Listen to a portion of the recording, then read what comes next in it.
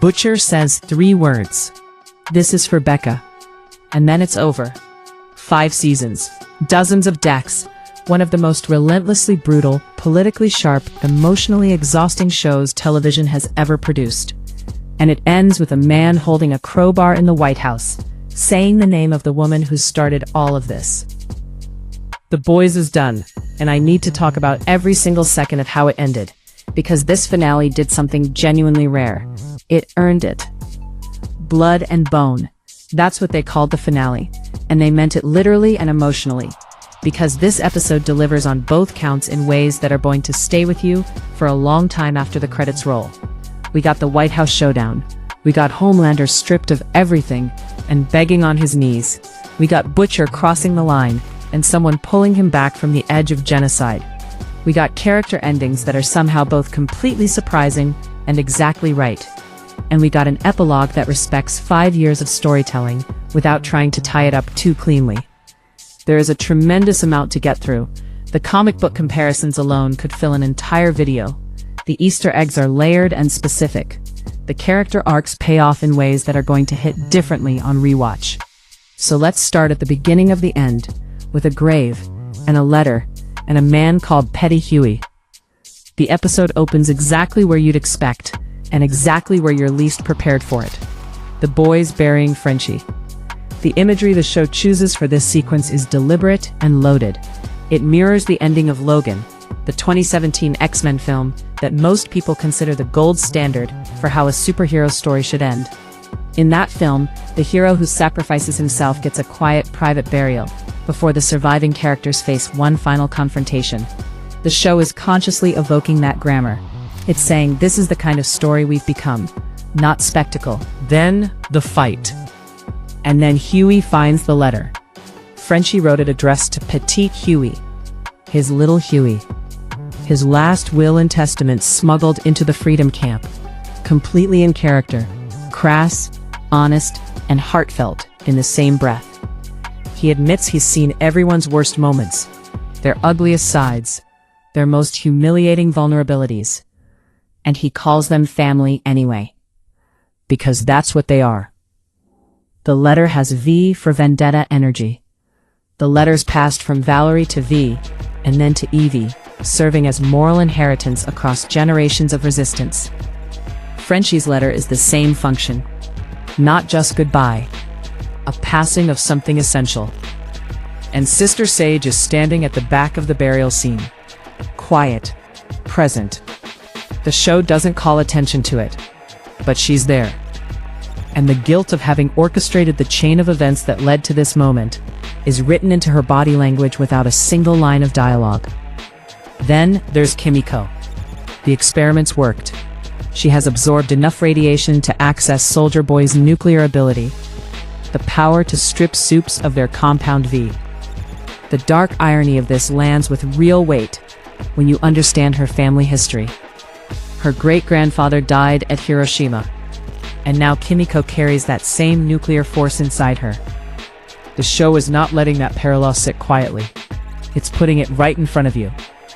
In her grief, she goes silent, retreats from language entirely, reverts to the version of herself that existed before the show spent 4 seasons giving her a voice back. And it's not regression. It's the specific silence of someone who has burned through every word they had, and is now operating on something rawer and more fundamental than speech. Pure anger. Pure love. The two things that are, for Kimiko, the same thing. While the boys bury their dead, Vought is producing advertisements.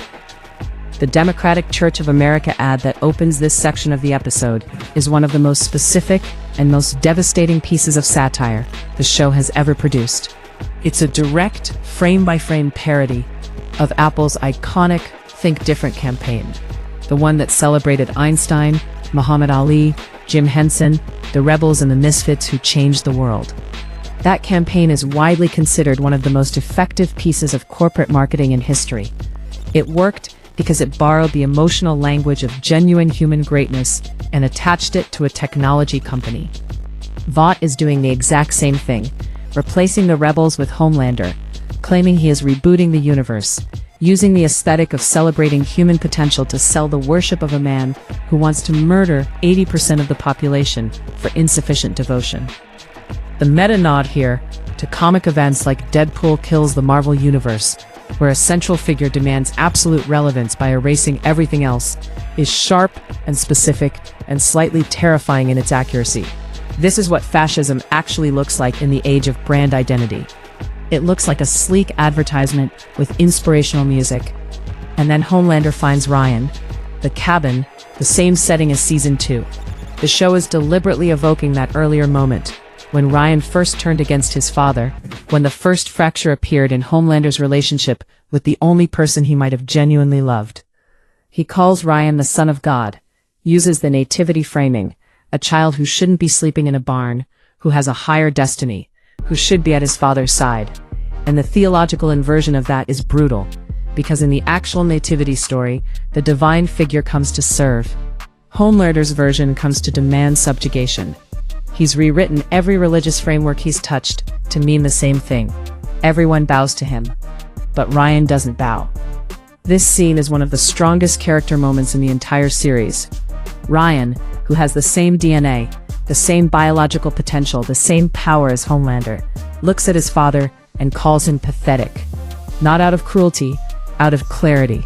He has seen, with the specific clarity available only to someone who shares your blood, exactly what Homelander is. And what he is a terrified, lonely, deeply broken man who has never once received the love he was owed as a child, and has spent his entire life trying to take from others what was never given to him.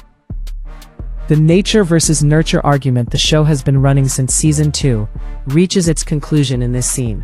Same DNA, radically different outcomes. The difference is love, specifically, whether you received it or were denied it during the years when it forms you. Ryan was loved by Becca, by Mallory, eventually by Butcher, and he knows it. And knowing it means he can see clearly what a person looks like who never had it. Homelander has literally no one left, and his son just told him why. The plan to breach the White House uses the underground JFK tunnels, a specific callback to Season 4, where Robert Singer used the same tunnels to escape.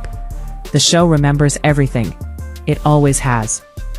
Inside, Homelander is holding court.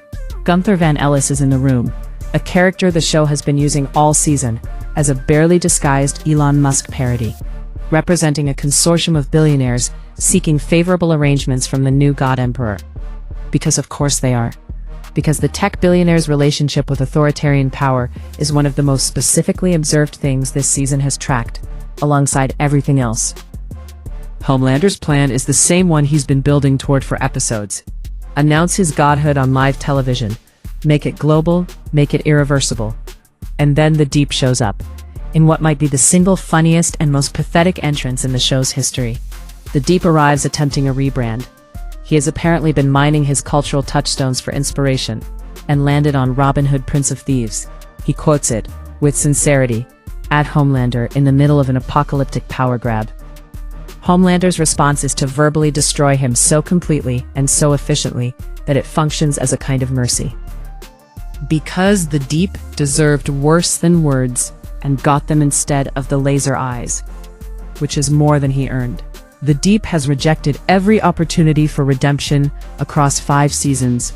Every single one, not because he was corrupted beyond saving, because he kept choosing the easier path. Because proximity to power felt safer than integrity. Because he told himself the compromises were temporary until they weren't. And his actual death is the show's most poetic kill, an octopus in a watery grave, a direct callback to Ambrosia, the octopus he claimed to love, and then betrayed when Homelander demanded it. What he sacrificed comes back for him. The universe of this show has always operated on a kind of dark cosmic justice, and the Deep's ending is the most perfectly calibrated example of it. Starlight is involved. Chase Crawford confirmed it weeks ago, and the callbacks to Season 1 are exactly what he promised. The circle closes completely. The climax, the White House, Homelander at a podium under a portrait of Abraham Lincoln. The irony of that specific portrait and that specific moment is so perfectly chosen that it almost feels too on the nose, except that the show earned the right to be on the nose after 5 seasons of precision. He's about to announce the enslavement of the country, and the teleprompter in the middle of the speech surfaces the words, "I am your father." Ryan's rejection, still there, still the wound that nothing can close. The boys breach the room, and what follows is described in post-premiere coverage as a deliberate rematch of the Herogasm fight, but restructured. Kimiko is in Soldier Boy's position. The person who can actually strip Homelander of his powers is not the decades-old super soldier this time. It's a woman who absorbed nuclear capability through grief and love, and the experimental work of a man who died to give her the chance. Kimiko struggles. The power is new and overwhelming, and grief is not a reliable fuel source when what's needed is precision. And in that moment of struggle, in the way this show does its most important emotional beats, she sees Frenchie. Not as a hallucination exactly, as a truth, a reminder from the person who knew her best, delivered at the moment she needs it most. Love, not rage. Love is the actual power. She doesn't blast from anger, she releases from her heart. And the nuclear energy strips the compound V from Homelander's bloodstream. He's normal. For the first time in his entire life, he is ordinary. His voice changes, the deep resonant authority replaced with something smaller and more genuine, and far more afraid. He begs Butcher, offers him Vought, offers him a shapeshifter who could play Becca, offers him everything he has left, because everything he has left is nothing and he knows it. Butcher holds the crowbar, looks at the man who took Becca from him, the man who has been the purpose and the poison of his entire adult life. This is for Becca, and it's done. Here's where the show makes its most significant departure from the source material, and it's also where it does its best work. In Garth Ennis's original comics, Butcher's Endgame is one of the darkest conclusions in superhero fiction. He plans to detonate a frequency that will destroy the skull of anyone who has ever had Compound V in their body. Knowing the boys will try to stop him, he kills them himself. Mother's Milk, Frenchie, Kimiko, methodically, coldly. His own team, murdered by his own hand to prevent interference. Hughie is the only survivor, and the final confrontation on the Empire State Building ends with Butcher goading Hughie into killing him. Because even Butcher knows his plan is genocide, and somewhere inside him, he can't fully commit to that. It's a brutal ending, honest about what obsessive revenge actually produces. But it's also a story where the mentor has to die as a monster. The show takes a better path. A more precise one. Homelander is dead, and then Butcher's dog Terror dies. And if that sounds like a small thing, it isn't. Terror has been the one pure relationship in Butcher's life. The one thing that didn't require anything from him except presence. In the comics, Terror's death at the hands of Jack from Jupiter is the trigger for Butcher's final spiral. The show uses the same emotional beat, the loss of the dog as the removal of the last anchor keeping him human. He goes to Vought Tower, the virus, the sprinkler system. He's going to release it through the building's infrastructure and let it spread. Kill every Supe, everywhere. Including everyone he's fought alongside. Kimiko, Annie, Ryan. And Hughie is the one who comes to stop him. The conversation between them is the entire thematic arc of the show, compressed into a single scene.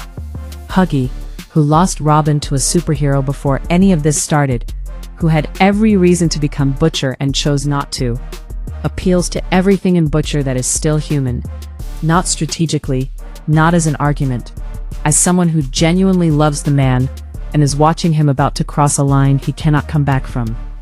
Butcher hesitates. In the comics, Butcher has to be stopped by force, because he's already past the point of hesitation. The show gives him one more moment, one final choice. And in that hesitation, in that microsecond where Billy Butcher pauses, you see everything. The grief, and the guilt, and the love, and the exhaustion of a man who has been at war with himself as long as he's been at war with Homelander. Hughie shoots him, and Butcher thanks him. That detail, that specific detail, Butcher dying with relief rather than anger, with gratitude rather than defiance, is the most important creative decision the show makes in the finale. Because it means Butcher knew. He knew what he was about to become. He knew the hesitation wouldn't hold. And Hughie being the one to stop him, the kid, the audience surrogate, the normal human who represents everything Butcher was supposedly trying to protect, means that everything Butcher poured into Hughie across 5 seasons was the right investment. He didn't save the world. He saved Hughie. And Hughie saved it from him. That's enough. That's the whole story. Let's take a breath and go through the endings, because they matter. Every single one of them. Mother's Milk marries Monique. After seasons of his obsession and his trauma and his inability to fully come home even when he was physically present, he comes home. Ryan joins their family as the healthy father figure the boy has always needed. Who spent 5 seasons being defined by what he couldn't let go of, finds out what it feels like to actually hold something instead. Kimiko goes to Marseille. She sits at a table and orders the food Frenchie always talked about. She eats it alone. And she's free. Not from grief, because grief doesn't work that way, but from the weight that has been sitting on her since long before she ever met any of these people. The show doesn't give her a romance to fill the space Frenchie left. It gives her his dream. That's more honest and more loving than any conventional closure could be. Hughie and Annie are running Campbell Audiovisual. Hughie's season 1 job, the electronics store, the ordinary life he had before A-Train killed Robin and everything changed, brought full circle. Annie is pregnant. They're naming the baby Robin. That name, just that name, the person whose death started everything, the person whose absence defined who Hughie became. Honored not with vengeance, but with a new life. A new Robin entering a world that still has its problems, still has its Voughts and its Edgar types and its systems that need watching, but that also has people willing to watch them. Sister Sage lobotomized herself successfully. She's in Orlando, eating Taco Bell, blissfully, contentedly unaware of anything complicated. And honestly, for a character whose entire tragedy was being too intelligent to escape the weight of knowing everything, this is the most radical form of peace the show could offer her. It's funny. It's also genuinely pointed. The smartest person alive chose ordinary happiness. That's not defeat. That's wisdom. President Singer calls Hughie, wants him to help rebuild the Bureau of Super Affairs. The same role, the same invitation to re-enter the fight. Hughie says no. He chooses the normal life. The store, the baby. And the show lets him have it without framing it as cowardice or avoidance. Because sometimes the bravest thing a person can do after a war is put it down and choose to live. The universe isn't over. The show is, but the universe keeps going. And there are 2 confirmed projects expanding it. Vought Rising is set in the 1950s. A murder mystery built around the origins of Vought's first superhero team. Jensen Ackles returns as Soldier Boy. Aya Cash comes back as Stormfront, in her earlier identity as Liberty, operating in a Cold War America saturated with McCarthyism, anti-communist paranoia, and the very earliest days of superhero marketing. The thematic DNA of the boys, corporate power, propaganda, the manufacturing of heroes, mapped onto an era that created the templates for everything that came after. The potential there is enormous. The Boys Mexico stars Diego Luna, and is set in Mexico City. A Spanish-language series following fans who discover the dark truths about the local heroes they've been taught to worship. The same story the original show told, ordinary people confronting the reality behind the myth, but in a completely different cultural context, with its own specific relationship to power, corruption, and celebrity. The fact that they're expanding the universe globally rather than just making more American stories is the right instinct. The machine keeps going. Not Vought's machine, the storytelling machine. And it's in good hands. The boys started with a simple, furious premise. What if superheroes were real, and they were exactly as corrupt and broken as every other institution that accumulates too much power with too little accountability? It ended as something more intimate than that. A story about 5 people, broken, complicated, morally compromised, deeply human people who chose each other, who made a found family out of shared trauma, and kept showing up for it even when showing up was the hardest possible thing. Frenchie danced. Even at the end, he chose love. Butcher hesitated. And in that hesitation was everything he'd been for 5 seasons. The grief and the love, tangled together so completely, that the only person who could undo the knot was the one he'd spent the most time protecting. The way he made everyone else feel. Ordinary and small and completely alone. And Hughie named his daughter Robin. because the person whose death started everything doesn't have to define how everything ends. You carry the name forward, you give it to something new. That's the show, that's what it was always saying. Underneath the gore and the satire and the deeply unhinged superhero violence, it was saying that the people we lose shape us, but they don't have to trap us. That found family is real family. That ordinary courage matters even when it's standing in rooms full of gods. Tell me in the comments, did the finale land for you? Did Butcher get the ending he deserved? Was Kimiko's Marseille moment the most quietly devastating thing in the episode? And are you more excited for Vought Rising or The Boys Mexico? Because The Boys is done, and I genuinely don't know what to do with that yet. But Robin Campbell is going to grow up in a world without Homelander,